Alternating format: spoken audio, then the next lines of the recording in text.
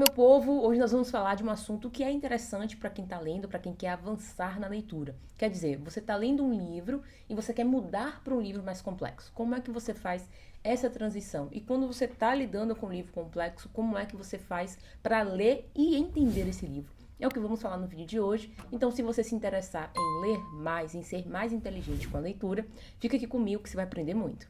Então vamos saber como ler livros mais complexos e como comparar autores. Eu trouxe aqui um índicezinho e eu já falei do tema de hoje. E a gente tem que entender que um livro pode ser complexo pelo assunto e também complexo pela linguagem. Veja que quando um autor ele quer ser complexo, ele é. Independente, assim, do seu nível de compreensão, ele pode ser tão complexo a ponto de você não entender o que ele está falando, como acontece com alguns autores. E isso pode ser uma vontade mesmo do autor de ser complexo, de falar difícil, ou pode ser também, que aí é o caso de ser complexo devido ao assunto, que de fato o assunto é difícil. Vou dar um exemplo. Dom Casmurro, para algumas pessoas, pode parecer complexo devido à sua linguagem. A gente está falando de um português que não é o nosso português, até porque a língua é viva e ela vai se modificando com o tempo. E se a gente observar, a nossa fala se modifica muito mais rápido do que a escrita. A escrita é muito mais lenta porque ela tem diversos procedimentos que a fala não tem. Então, dito isso, quando a gente está falando de assuntos mais complexos, a gente pode falar então de Dom Casmurro com uma linguagem um pouco mais complexa devido ao português ser diferente, e aí você tem esse choque, e aí pode ser complexo pela linguagem, mas não pelo assunto, até porque o assunto é simplesmente uma história de um velho que está no final da vida, e aí você vai ouvir a história dele a partir da sua própria visão, tá? Então esse é um exemplo. E aí você fala, pô, Ana, tá, beleza, mas por que eu tenho que ler livros mais complexos? E aí eu posso te dizer simplesmente porque você, assim, de certa forma, eu pelo menos, né, não quero ficar estagnada num lugar só. Quero avançar, quero crescer. E para eu crescer, eu preciso ler coisas mais complexas, no sentido de conhecimento. Então, meu conhecimento vai se solidificando. Se eu comecei a ler, sei lá, sobre biologia, daqui a pouco eu vou para biologia celular, para biologia não sei o quê. Então, até chegar no nível em que eu conheça diversos tipos de biologia. Assim como na psicologia, assim como no marketing. Então, por que ler livros mais complexos? Para você conhecer profundamente um assunto. Agora eu vou falar sobre como fazer de fato essa leitura mais completa e também como comparar autores. Isso veio através de um autor, né, de um educador e filósofo chamado Mortimer Adler. Ele nasceu em 1902, ele foi um autor americano e ele é muito conhecido nas suas contribuições na área da educação e da filosofia. E foi justamente na área da educação que ele falou sobre os 4 níveis de leitura, que já vou falar, e ele foi muito defensor de um ensino liberal e de uma educação clássica para que as pessoas tivessem uma base, ou seja, promovendo a importância da educação e, é claro, centrado em grandes obras literárias e clássicas. É como se ele quisesse que as pessoas conhecessem o clássico e ali tivessem uma formação clássica para que depois elas tivessem acesso a outros tipos de leitura e não o contrário, como a gente vê hoje. E aí ele desenvolveu diversos estudos e um dos estudos foi o livro dele de como ler livros, tá? E nesse livro é onde ele vai falar sobre os 4 níveis de leitura. Nós temos o nível de leitura elementar, que é a compreensão mais básica do texto, é quando a gente lá aprende a ler, quando a gente é bem pequenininho, lá com 6 anos. Nós temos depois a leitura expansional, que é uma leitura rápida, é como se fosse uma expansão, tipo Sherlock Holmes. Você vai pegar o livro, vai analisar e tudo mais.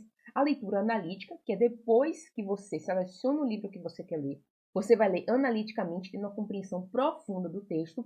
E por último, que é o nível que a gente vai se debruçar aqui hoje, que é a leitura sintópica, que é quando a gente tem uma comparação entre os múltiplos autores sobre o mesmo assunto, sobre o mesmo tema. Beleza? Então, a leitura sintópica nada mais é do que uma comparação. Depois que você leu profundamente diversos autores sobre o mesmo tema, você vai fazer uma comparação entre eles para saber as semelhanças, diferenças e como que esses autores abordam o mesmo tema. E agora nós vamos falar como praticar a leitura sintópica. A leitura sintópica tem alguns passos, eu vou falar sobre eles aqui, mas o primeiro passo deles é fazer uma escolha de autores e textos. E sabe aqueles 2 passos, a leitura expansional e a leitura analítica? É justamente o que você vai fazer para escolher esses textos. Ou seja, após você escolher direitinho sobre o assunto, você vai fazer a leitura e análise, que é basicamente ler os textos com foco em como cada autor aborda o tema. Então você vai observar os argumentos do autor, os exemplos, as referências bibliográficas que eles trazem também, tá? E aí, por fim, logicamente, depois de ter compreendido isso tudo, você vai para a comparação e o contraste. que é você vai identificar as semelhanças e as diferenças nas abordagens do autor, tá? Aí, beleza, Ana, identifiquei que um autor aborda de uma forma X, outro autor aborda de uma forma Y. O que é que eu faço agora? Você vai sintetizar as ideias, que é basicamente combinar as perspectivas e observar o que você consegue ter em uma compreensão maior, uma compreensão completa. De que independente do autor ter uma visão completamente diferente da outra, eles se complementam, porque você vai ter uma visão agora completa de uma opinião X e uma opinião Y e vai construir a sua própria opinião. E é aqui que mora a magia da leitura, que a partir de duas leituras completamente diferentes, você consegue construir um panorama geral de um tema, tá? E aqui eu vou dar um exemplo para vocês. Eu peguei um exemplo aqui do marketing de relacionamento. Eu escolhi dois autores. Um é o Philip Kotler, que ele vai falar sobre o livro do Marketing 4.0, e nós temos também o Seth Godin do livro Marketing de Permissão. Veja o seguinte, Kotler, que é o cara do Marketing 4.0, ele vai focar na transição do marketing tradicional para o digital. A gente sempre acha que só existe marketing digital, mas o marketing existe há um bom tempo. E aí o Kotler ele vai enfatizar a importância de criar um valor e construir relacionamentos duradouros com o cliente. E aí, logicamente, o que é que ele sugere? Ele sugere o uso de tecnologia e análise de dados para entender o comportamento do consumidor e personalizar as interações. Já o Seth Godin, lá em Marketing de Permissão, ele vai introduzir o conceito justamente de marketing de permissão, que é o cliente consentir receber informações do marketing. Ao invés de ser aquele marketing que está sempre ali na frente, mostrando informação e acabar não aparecendo mais para o cliente, ele vai destacar a importância de ganhar a confiança do cliente e oferecer algo antes de pedir algo, ou seja, ser útil antes de pedir a venda. Ele vai enfatizar a construção de uma base de clientes fiéis, de interações consistentes e personalizadas. Isso se assemelha muito àquele livro Superfãs, em que fala que você precisa construir uma comunidade. A partir dessa comunidade, você vai ter um monte de pessoas que estão te ouvindo, que estão falando com você, ao mesmo tempo que elas estão permitindo que você ofereça os produtos e tudo mais. Beleza? Entendido todo esse contexto, o que é que a gente tem de comparação e contraste? As semelhanças. Os dois estão falando sobre criar valor para o cliente, isso é fato. Ambos vão defender a construção de relacionamentos duradouros com clientes. Não é aquela coisa de, vendi para você e agora eu quero que você se ferre. Não. E ambos vão reconhecer a necessidade de personalizar as interações. Então, eu tenho um produto e tenho dois tipos de pessoas que compram, eu tenho comunicações diferentes para essas duas pessoas. Afinal, se eu fizer uma comunicação genérica, eu não vou nem falar com A nem com B. E se eu fizer uma comunicação só para o B, eu não vou falar com A. E aí vou perder cliente. E agora nós vamos para as diferenças. O Kotler foca mais na integração da tecnologia e da análise de dados para entender o comportamento do consumidor. Ou seja, ao invés de ele, por exemplo, estar pedindo o consentimento do cliente, ele está entendendo o cliente através dos dados, através da própria tecnologia, o que dá certo, tá? O Gold já vai enfatizar o quê? O marketing de permissão e a construção de confiança. Então, ao invés de você simplesmente mandar um e-mail de venda que você já sabe que o cliente está preparado, que tal conversar com ele?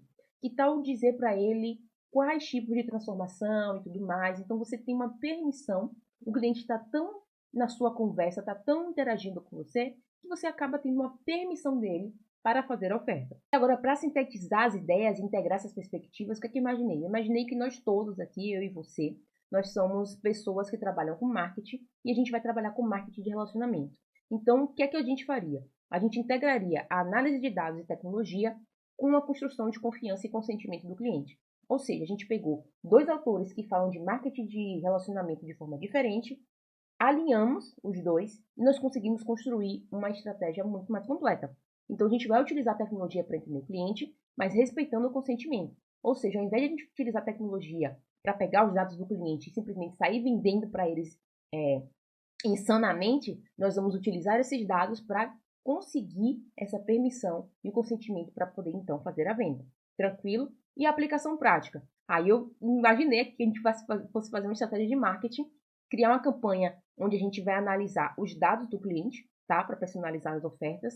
Vamos garantir que as comunicações sejam baseadas em permissão, ou seja, nada de ser muito incisivo, nada de ser muito aquela pessoa que só quer venda acima de venda. Então, a gente vai oferecer um conteúdo valioso, um conteúdo gratuito, em troca desse consentimento dos clientes, para a gente receber mais informação. E, por fim, a gente vai construir uma confiança com os clientes através da interação consistente e, logicamente, que aí vai existir a venda. Esse foi um exemplo que eu trouxe com esses dois livros que são muito bons. Eita, tô aqui. Esses dois livros que são excelentes E aí, então, fechando aqui esse vídeo, nós vamos para os conselhos para ler livros mais complexos.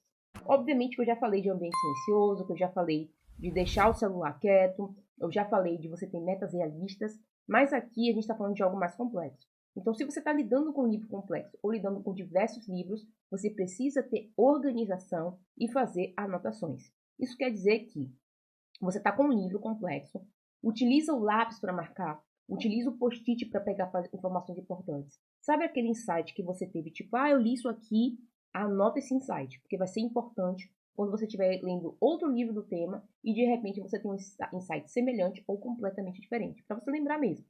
Faça perguntas e reflita. Não tenha medo de falar sozinho. Vou dar um exemplo aqui. Eu tô com esse livro aqui, eu terminei de ler esse livro, que é O Herói Fora da Lei. Eu tô relendo as partes que eu marquei, tá vendo? E o livro tá todo marcadinho. E eu tô me fazendo perguntas.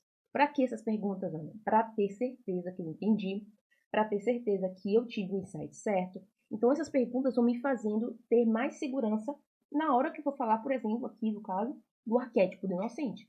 Eu estou fazendo um trabalho com uma empresa em que a gente está falando de arquétipo. E aí a empresa escolheu um arquétipo que eu, na minha análise, vi que não tinha muito a ver. Eles escolheram entre aspas, né? Eles fizeram uma consultoria. Mas eu vi que esse arquétipo não estava tão ligado à ideia da empresa. E aí o que eu fiz? Falei, galera, cuidado com esse arquétipo por causa disso e disso.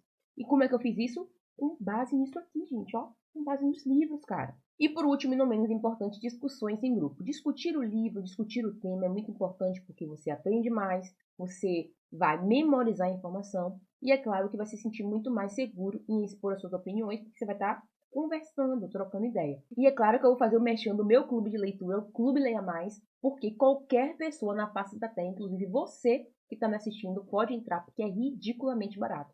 Por apenas R$19,90 por mês, você lê um livro por mês, tem acesso aí a materiais extras, tem acesso aí ao grupo exclusivo em que eu falo todos os dias sobre o capítulo, sobre outras coisas interessantes que tem a ver com a leitura do mês. E é claro que você também tem uma aula ao vivo, direto comigo, que você pode interagir e falar sobre o livro. Tudo isso por R$19,90 por mês e lógico que, assim que você entrar, você tem acesso à leitura do mês e todas as outras leituras que nós já fizemos. Nós já lemos Dom Casmurro, nós já lemos A Revolução dos Bichos, estamos indo para Dona Flor e seus dois maridos. Então, se você quiser saber mais sobre esse clube, é só clicar aqui no link abaixo. E é isso, that's all, folks. Esse foi o vídeo de hoje. Se você gostou, não esquece de deixar o seu like e comentar aqui o que você achou mais interessante dessa aula. E eu te vejo por aí.